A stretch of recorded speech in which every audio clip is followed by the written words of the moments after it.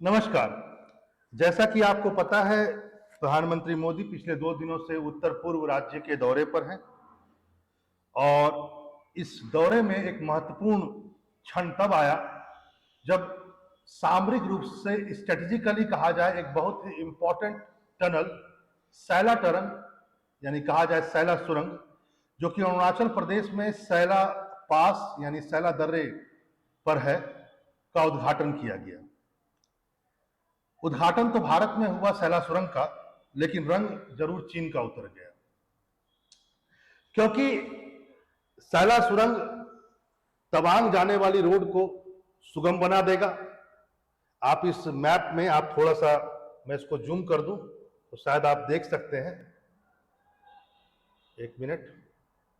हाँ, आप देख सकते हैं कि एक बोमडिला से तवांग के बीच में एक जगह है, यहां पर सैला पास, सैला दर्रा, और वहीं पर यह टनल यानी सुरंग बन रहा है। इसके बनने से एक बात तो श्योर है कि आम आदमियों का कम से कम 1 घंटा टाइम कम हो जाएगा, लगेगा, जो भी आवाजाही करेंगे तवांग तक आने के लिए। लेकिन एक सबसे बड़ी बात यह होगी कि यह रोड अब 12 महीनों के लिए खुला रहेगा। सर्दियों में भी यह रोड खुला रहेगा, बर्फबारी के मौसम में भी खुला रहेगा, और अब बहुत आसानी से भारत अपने सारे ट्रूप्स को भी या हथियार को और अदर इक्विपमेंट्स को या पब्लिक रिलेटेड गुड्स को वहां तक पहुंचा सकता है। वाजिब है, चीन उस परिस्थिति में जरूर नाराज होगा जब वह पूरे अरुणाचल प्रदेश पर अपना दावा करता है। साथ ही साथ आपको यह भी पता होना चाहिए कि तवांग जो एकदम चीन के बॉर्डर पर लगा हुआ क्षेत्र है, 1962 के युद्ध में चीन ने इस पर अपना अधिकार कर लिया था, लेकिन युद्ध के बाद उसे छोड़ना पड़ा, तवांग को छोड़ना पड़ा। यहां पर कुछ बातें और भी ध्यान रखेंगे, वह यह है कि केवल इसी स्ट्रेटेजिक टनल का ही उद्घाटन नहीं हुआ, लगभग 55,000 करोड़ से अधिक की परियोजनाओं का लॉन्च किया गया है नॉर्थ ईस्ट के विकास के लिए। पहले हम लोग इस सुरंग के बारे में 2-4 बातें डिस्कस कर लेते हैं। पहला तो यह कि 13,000 फीट से अधिक ऊंचाई पर दुनिया की सबसे लंबी 2 लेन वाली यह सुरंग होगी।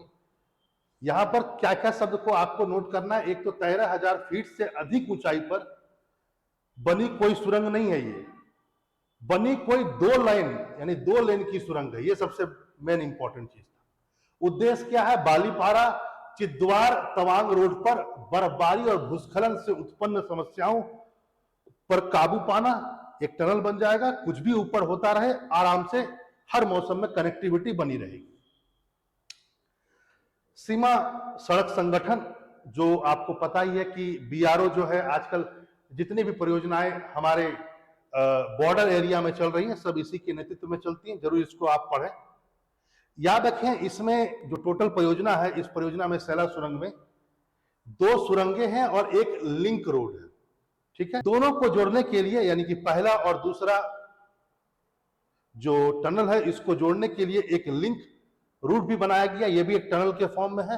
वो होगा 1200 मीटर, यानी 3 चीजें, 2 टनल और एक लिंक रोड। आगे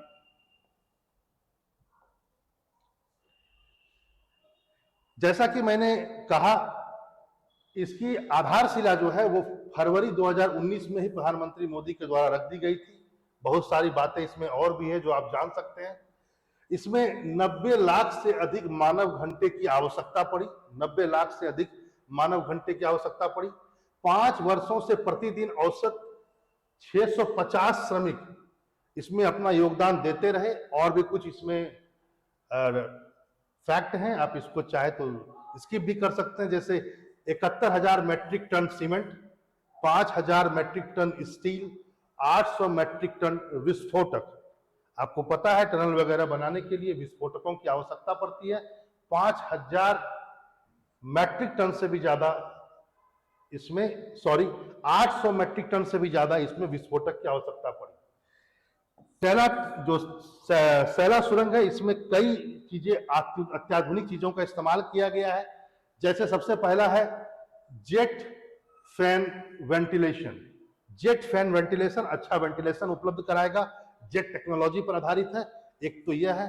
फायर एक्सटिंग्विशर बहुत सारा लगाया गया, ऐसे ऐसे उपकरण, जब यदि कोई दुर्घटना हो जाए तो तुरंत राहत पहुंचाया जा सके। एक तीसरा है स्कैडा। स्कैडा जो है एक नियंत्रित निगरानी जैसी एक आधुनिक टेक्नोलॉजी है, उसको भी इसमें बनाया गया या इसको स्थापित किया गया है उसके साथ।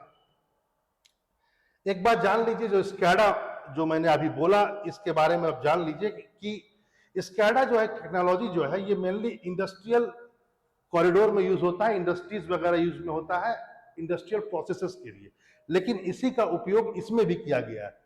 ये एक सॉफ्टवेयर एप्लीकेशन होगा, software application for controlling, software application जो कंट्रोल कर सके, और ये रियल टाइम में कोई भी चीज को लोकेशन को पता लगा सकता है, इक्विपमेंट्स को भेजने के लिए सुविधा प्रदान कर सकता है। और सबसे बड़ी बात क्या है कि इसमें जो है वह सेंसर्स वगैरह लगे हुए हैं इस डिवाइस में, इस टेक्नोलॉजी में सेंसर्स वगैरह लगे हुए हैं, जिससे यदि कोई दुर्घटना हो जाए तो रियल टाइम में वहां तक पहुंचा जा सके, और साथ ही साथ तुरंत पता भी चल जाए कि कहां पर हुआ है, और तुरंत वहां तक जो भी सुविधाएं पहुंचानी है उसको तुरंत पहुंचाया जा सके। जैसा कि मैंने आपसे पहले ही कहा, जो स्कैडा है ये बेसिकली एक सुपरविजन करने के लिए एक टेक्नोलॉजी लाई गई थी। इसका इस्तेमाल ज्यादातर इंडस्ट्रियल पर्पस के लिए किया जाता है। इसका जो फुल फॉर्म है वह है supervisory control and data acquisition. ठीक है, ध्यान रखेंगे। आगे यानी कि यदि स्कैडा पूछा जाए क्या है तो आप समझ सकते हैं, एक कंट्रोल सिस्टम है जो सेंसर्स पर काम करता है, सॉफ्टवेयर एप्लीकेशन पर आधारित है। इसका यूज इंडस्ट्रीज में होता है अधिकतर, और इसी का यूज आपके टनल में भी हुआ है। इसके उद्घाटन के साथ साथ प्रधानमंत्री मोदी ने नॉर्थ ईस्ट के विकास के लिए एक नया स्कीम भी लॉन्च किया है, इसको भी ध्यान में रखें। यह है उत्तर पूर्व ट्रांसफॉर्मेटिव इंडस्ट्रियलाइजेशन, जिसको नाम पूरा दिया गया उन्नति, इसका पूरा फुल नाम हुआ, और यह 10,000 करोड़ की स्कीम होगी जो उत्तर पूर्व के विकास के लिए लाई गई है। साथ ही साथ इसके अलावा 55,600 करोड़ की परियोजनाएं मणिपुर, मेघालय, नागालैंड, सिक्किम, त्रिपुरा और अरुणाचल प्रदेश जैसे राज्यों में लॉन्च किया गया। पहले आ जाते हैं उत्तर पूर्व ट्रांसफॉर्मेटिव इंडस्ट्रियलाइजेशन स्कीम, जिसको उन्नति कहा गया। इसके अंतर्गत जैसा कि मैंने आपसे कहा कि इंडस्ट्रियल एक इकोसिस्टम बनाने की जरूरत है नॉर्थ ईस्ट के विकास के लिए, इसको लॉन्च किया गया पीएम मोदी के द्वारा, और ये सभी याद रखेंगे 8 के 8 नॉर्थ ईस्ट स्टेट में कार्यान्वित की जाएगी ये स्कीम 10,000 करोड़ की। इसको जो परियोजनाएं इसमें होंगी वह वेरियस सेक्टर्स से रिलेटेड होगी, जैसे housing, education, border infrastructure, rail, road, health, IT, power, oil and gas, इन सब चीजों पर जरा ध्यान दिया जाएगा। आगे इस मौके पर जब वो नॉर्थ ईस्ट में अपने दौरे पर हैं तो उन्होंने कुछ और भी काम किया, जरा इसको भी देखिए, और ये आपके एग्जाम के पॉइंट ऑफ व्यू से बहुत इंपॉर्टेंट हो जाता है। पहला बात है कि उन्होंने जंगल सफारी एक तरह से काजीरंगा नेशनल पार्क में उन्होंने किया, तो काजीरंगा नेशनल पार्क आपके लिए इंपॉर्टेंट हो गया। एनिमल सफारी उन्होंने किया। काजीरंगा पार्क जो है वह एक टाइगर रिजर्व भी है, इसको भी आप लोग ध्यान में रखेंगे। और उन्होंने जो वहां पर एलिफेंट सफारी की वह किया सेंट्रल कोहारा रेंज में, याद रखेंगे सेंट्रल कोहारा रेंज जो है वो काजीरंगा का ही भाग है, इसको ध्यान में रखेंगे। यहां पर आप इस थोड़ा सा आप डायग्राम में देख सकते हैं, इस बात को समझने की कोशिश कीजिए। ये है काजीरंगा नेशनल पार्क, यहां पर है काजीरंगा नेशनल पार्क जो है ब्रह्मपुत्र के नीचे है, साउथ ऑफ ब्रह्मपुत्र, पहले इसको आप ध्यान रखें। यहां पर यह भी ध्यान रखें कि दिसपुर यहां है, तो दिसपुर से इसका कोई कनेक्शन नहीं है, तो यह भी आप ध्यान रखेंगे। तीसरा पॉइंट, ये साउथ में नहीं है, लगभग यहां मिडिल में है।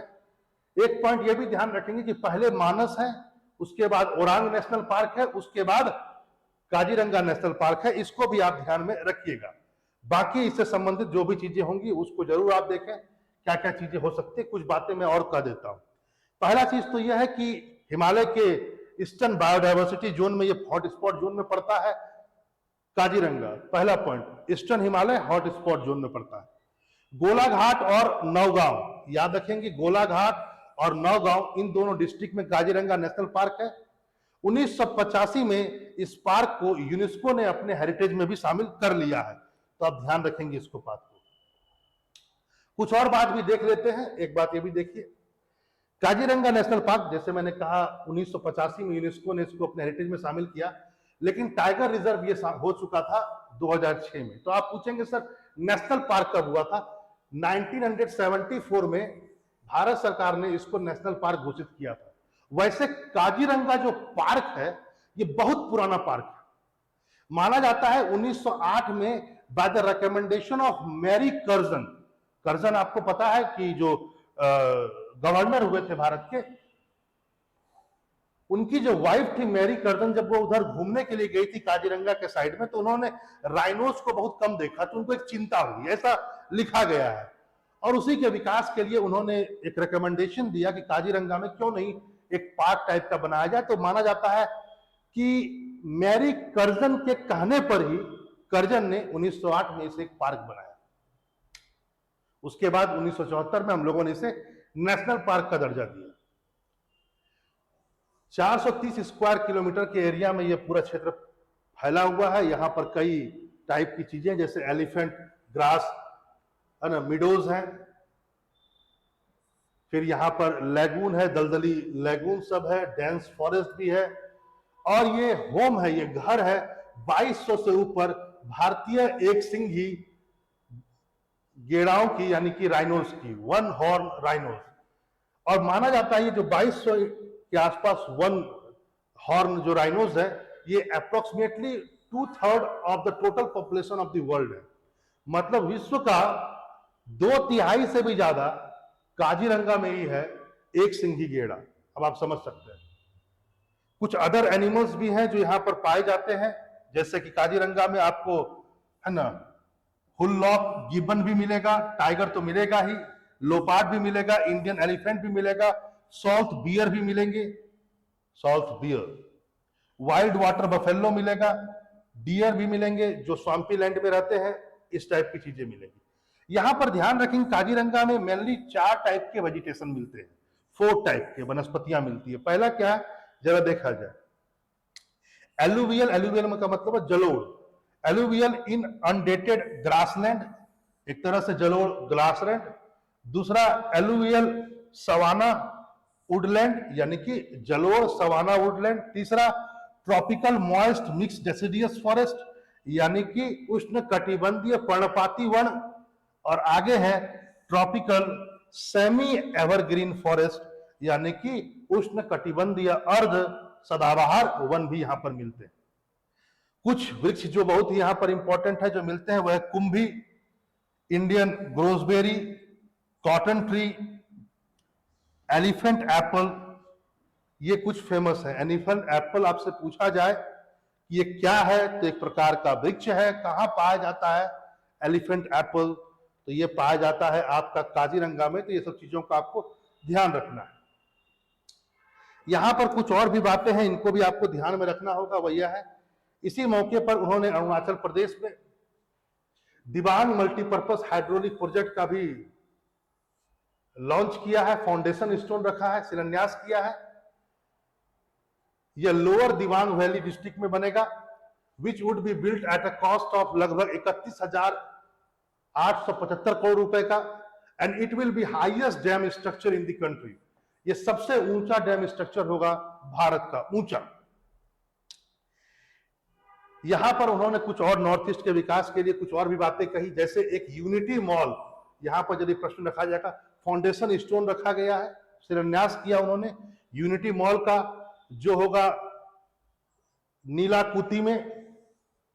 ठीक है, नीलाकुती एक जगह है मणिपुर का, वहां पर होगा। एक मणिपुर में ITCZ का भी उन्होंने स्टोन रखा, शिलान्यास किया, फाउंडेशन स्टोन रखा। नाम है मंत्री मोखरी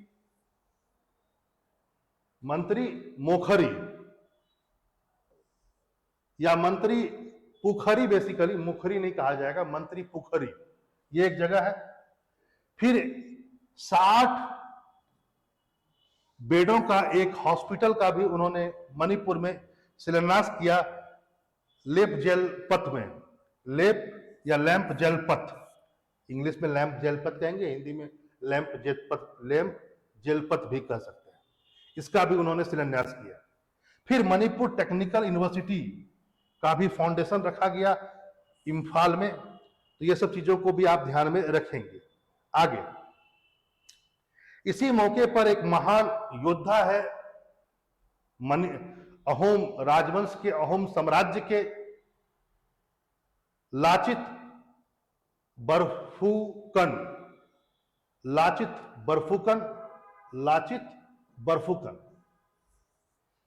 इनकी प्रतिमा का भी अनावरण किया गया है। 64 फीट यह प्रतिमा का अनावरण प्रधानमंत्री ने किया।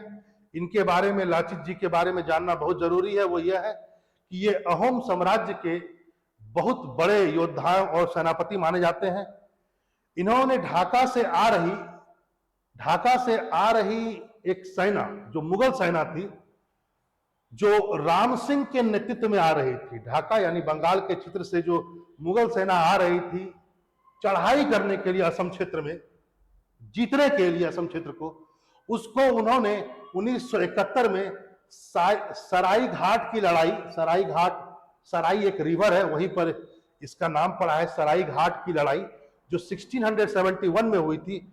उस युद्ध में इन्होंने राम सिंह को पूर्णतः पराजित किया और असम को मुगल साम्राज्य का अंग न बनने दिया।